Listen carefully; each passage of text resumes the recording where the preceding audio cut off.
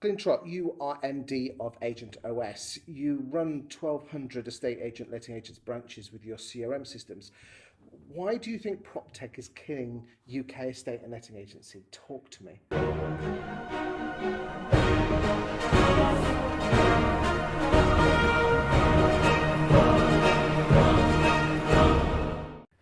There's so much technology available, and the fact that it doesn't always connect with each other. So, really good insight I got from ARIC this year in Australia, their conference. One of the speakers sort of showed a slide that sort of just 8 years ago, the average agency was running 3 or 4 bits of tech. And then within that 8 years, they're now averaging 10 or 12. So if you imagine, I've got these 10, 12, 15 pieces of technology. You have all the tabs open, don't you? That's it, all the tabs open. So your people are spending so much time going from one tab to the other tab, keying in data. And that in itself, every time I see that in an office, I just feel that they're so focused on keying in, typing in data, that people within agencies are not focused on talking to their customers. Do you think that's I hate to use it, but I'm going to use it, the fault of CRM systems not letting applications, third-party applications, integrate and talk to each other within your CRM? It's part the CRMs. Okay. It's also part the other technologies. It comes down to actually resourcing. When two companies say, "Let's work together, let's connect." My priority is probably a bit different to yours, and actually getting us to align those priorities is always a tough one. So I think it's in part will always be both sides. I mean, do you think CRMs could, as an industry, are holding back estate agency and letting agency? Absolutely, yeah, absolutely. So And you're the boss of one of the big CRM systems in the UK here. I am, but I opened up the data, took my clients' data 5 years ago with API. So we were one of the first CRMs to open that up. So that allows my clients, it allows their PropTech to code to us. And does that need any integration from you? Because there's I won't mention their name, but there's a big firm at the back end of 2019. We made a big song and dance of having everything open and plugging in sort of thing, using fancy language that estate agents don't. Platforms.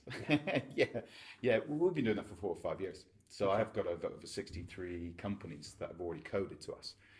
So what we did is we just provided a way they could code, connect, and get the agent's information. Okay, so what do you think the solutions are for the CRM industry moving forward to ensure that we don't have an overload of PropTech which doesn't talk to each other? I think a better question is, what should an agent do when they look at their PropTech? So we often gravitate to some PropTech because it's going to give us something, growth, USP or something. But the real question is, when I put that into my team, what difference will that make? How long will it take?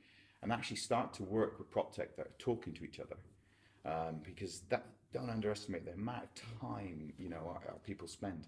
I'm even doing it in my own business. So in my own software business, any piece of technology that I bring in has to start to connect. I find it quite strange that the PropTech industry seems to create solutions for agents that agents don't have. Yeah, so it's a great idea. VCs talk about it, where they'll find some, particularly in sales, buying homes or renting homes, that a tenant or a buyer have an experience and just don't like that, then go and build some nice, great feature. Okay. And VCs will always look at it going, "That's interesting, but who's going to pay for it?" What would you say to the PropTech industry? I mean, there was at the back end of 2019, there was a very large PropTech awards ceremony.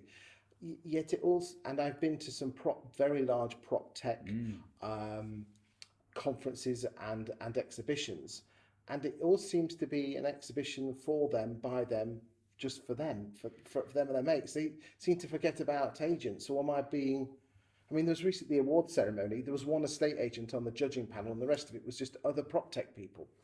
What's all that about? No, I've got another one, but Go on. No. Yeah. Well, I'll give you this one. Someone who's very, very well thought of in the PropTech sphere said that we should consider ourselves lucky that there are PropTech firms out there trying to create solutions for agents. I built my own system. I was an agent, I had the agency for 20 years. And really, I was just trying to solve those problems that I faced every day. Big part of it was just generally people. If I had a problem, most of us just employ more people and throw at it in that way. There's so much out there now, the real question is, what outcome does it give me as an Because agent? that was the original question: is PropTech killing a estate and letting agency? And are you saying that really it depends what the actual PropTech does for the agent, to depending on whether it works? I think that any PropTech company, for us, my focus is what is the needs and desires of the agent. What do you want? And most agents want growth, more money, freedom, personal success. So actually, what I have, or even when I look at software, will it bring me those things? So most service companies will just sell you the product, react to your requests and support. Really, the good companies, the good PropTech companies, are focused on your outcomes as agents. So they're going, right, how can I make you grow, or how can I make you more money? And not just one-off. This great feature will do that. Keep coming back to it again and again and again. I mean, what message would you say to PropTech people out there who think they've got a solution but they're not sure? Beta it, give it to agents, and then work really, really hard to keep adding that success for them. Not just go, there it is, press the buttons, push the levers, but actually go in, did it win you more sales instructions? Did it save you time?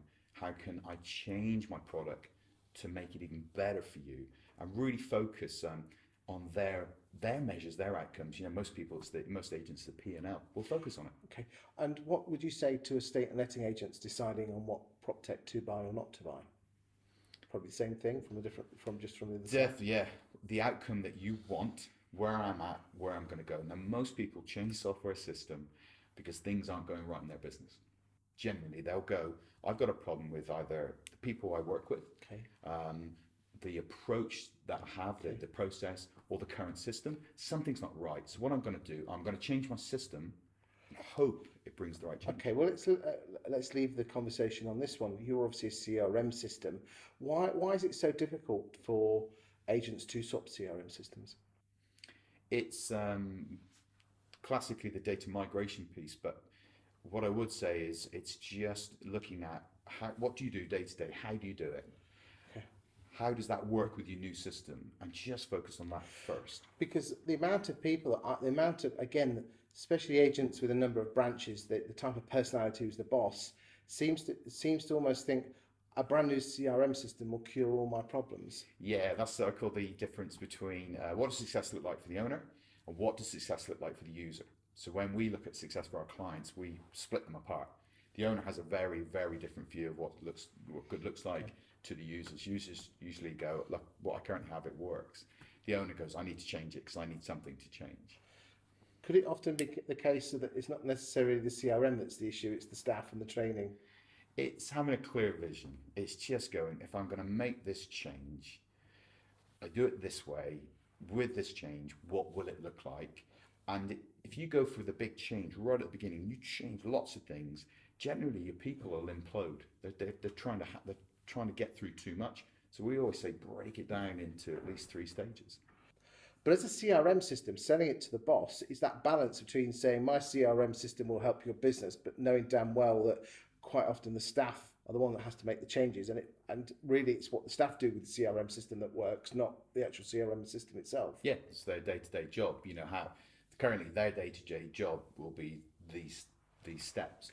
And whenever you're sort of talking to agencies looking to change, it's not about getting the buy-in. It's actually who's using the system, what's their day job. A really good insight from my business is half the people that make the decision to buy AgentOS never log in because they're the owners and they're not necessarily doing the day-to-day job on the system, yet they'll make the decision often with a change. So it's always about going down to the users, understanding what they do, how that works with the system. Do you think as a CRM industry that all of you could be better at training people migrating from one to another? I think it's two parts there. It's sometimes the agent's investment in that training. We know that clients that really scale back on training, freeing up time to train their people, dedicate it, generally don't onboard, get on the system very well, and then will jump very quickly.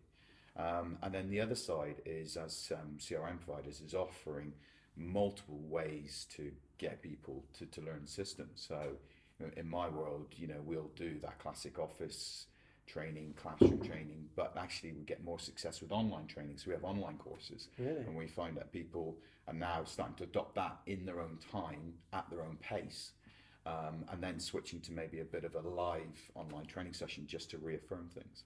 Okay. In the next video, I'd like to talk about how estate agency suppliers selling to estate and letting agencies, how they get it so wrong in the industry. Is that okay? That's great. Look forward to that one.